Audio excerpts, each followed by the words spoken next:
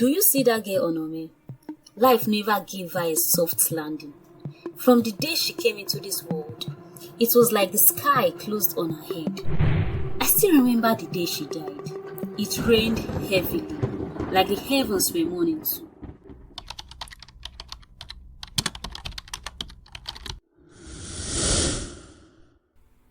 I grew up in the same compound with Onome, one of those long, crowded houses in Warri, where everybody knew everybody's business.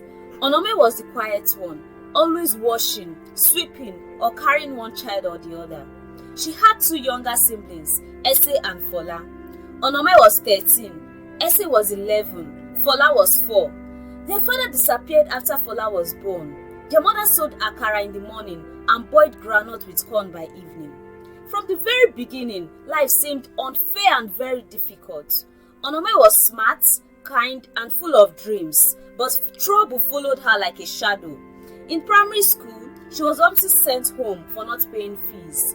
In secondary school, her clothes were always old and torn, borrowed from cousin or rescued from the dustbin. Despite the hardship, Onome always smiled. Her favorite words were, "One day it go better." She brushed off insults from classmates who mocked her worn-out shoes and broken school bag. Things got worse when her mother fell sick, a sickness that swallowed all the money they had been saving for years. At 16, Onome had to juggle school and small jobs, washing clothes, selling akara, even sweeping stalls just for her mom and siblings to feed.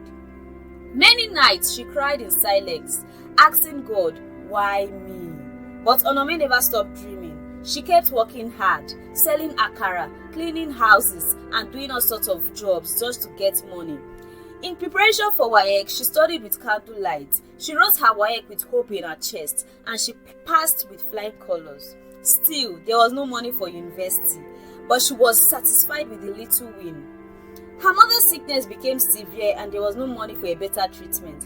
Her mother eventually died, leaving Onome and her siblings. She stopped going to school. Her siblings, Ese and Fola, became her priority. She moved from one business to another. Sometimes she came back with just 200 naira after working under the sun for hours, with hope that one day things will get better. She dey carry life for head like frying pan, Mama Osas would say. Sometimes I wish I could swap places with her. My parents were not rich, but I never carried the kind of story Onome carried. Yet, she never begged anyone. She never complained. She just walk, and walk. One beautiful Monday, Onome got a cleaning job in a local school. She was so excited. "This small money go help me pay for SAYX," she said. But 3 months later, the school closed down. She wished to cry, but she could not. She just looked up at the sky and whispered, "Oh God, na so life be." One Sunday evening, we sat near the drainage behind our house. Onome looked at me and said, "Ejiro, if I fit find one steady work, even if no another cleaner work, make Ese and Fola life better. Na my own dream be that." I laughed and said to her, "Onome, you too dey carry matter for head." She smiled and replied, "If I no carry am, who go carry am?" Onome did not stop struggling. She kept working hard every day, and finally, she got another job as a house help with one lady in Bendel Estate named Madam Tina. She was clean, rich, and wicked. Onome cleaned floors, cooked food, and took insults like daily bread. One time, the woman slapped her because the food did not have good taste. But Onome endured all the insults because she needed the 15,000 monthly salary. Every month, Onome brought back garri, little provision, and sometimes a new exercise book for Ese.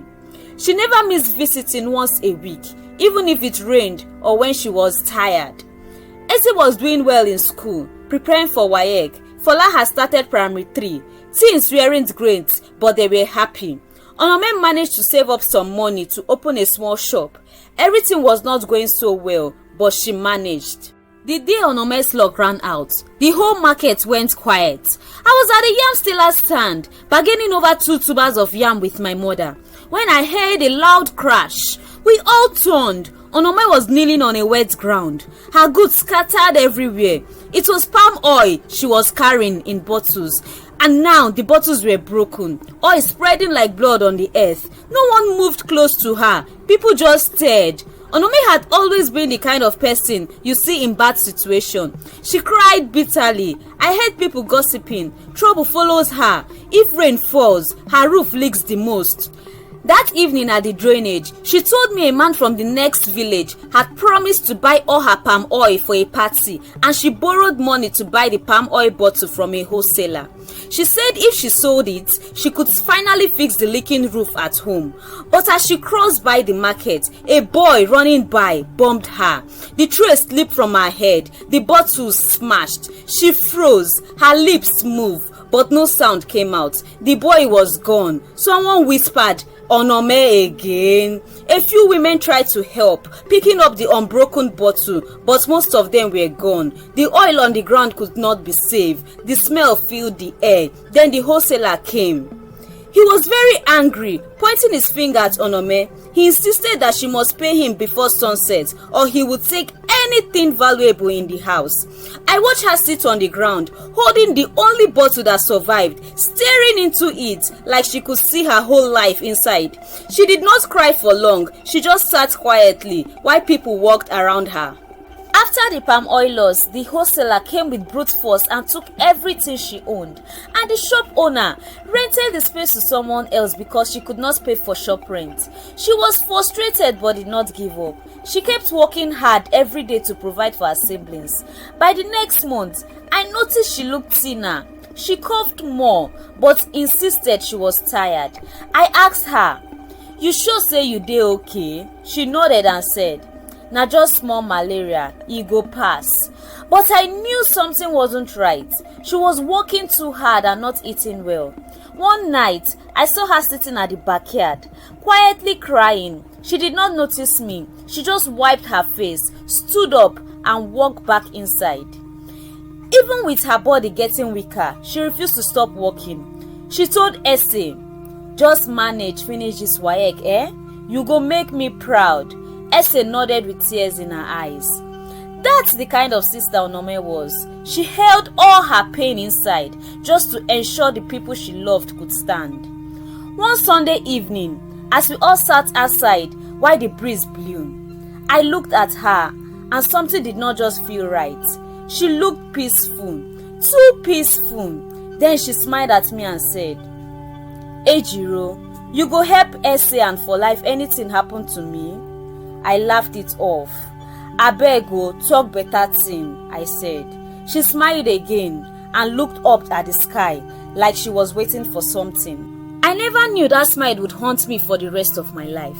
After some weeks, Onome's face looked dry like bread left in the sun. She was having severe fever and her temperature was burning up. Essie called me crying with loud voice, Auntie Ejiro, my sister dey vomit blood." I knew this was no ordinary sickness. We rushed inside. She couldn't walk. Some neighbors carried her like a baby. Fola kept asking, "Why sister dey sleep like that?" She lay on Mama Osa's bed. She smiled at me and whispered, "Oh, Ejiro, now only God dey see who dey try oh," with deep sadness in her heart and her eyes tearing up. Then she closed her eye peacefully. She did not wake up again. Oh, that was the end of Onome. The whole town mourned her. Everyone in our compound cried. Even Baba Sikiru, who always shouted at children, wiped his eyes. "She too dey try. That girl no deserve that kind of death," he said. People in the compound gave small donations. Mama Chinyere gave her old wrapper for the burial, and Onome was buried behind the church with only few people present. Inside her old school bag, Essie found a small book where Onome had written, "I did not go far in life, but if Essie becomes somebody and Fola smiles again, then I lived well." One woman from the church posted her story online, then her story went viral. A kind organization picked it up. They sponsored Essie's WAEC and tailoring school, and Fola was sent to a better school in Sapele. Now, Essie had opened a small sewing shop. She named it Onome's Hand. Fola's schoolmate calls him the boy with the brave sister. Sometimes, when I pass by the old orange tree, I still hear Onome's voice saying, "Just one more day, maybe tomorrow it go better." Onome did not get to see tomorrow, but she gave tomorrow to those she loved. The moral lesson from Onome's story is a painful reminder that many people are fighting silent battles, hiding pain behind smiles. So let us treat everyone with grace and kindness. Even when we deeply care for others, we must never forget to prioritize our own health, because we can't pour from an empty cup. And to every parent out there, never run away from your responsibilities. The damage left behind can shape or damage a child's entire life. Thanks for watching, guys. Don't forget to like, comment, and hit that subscribe button for more interesting story from Tales by Queenobi.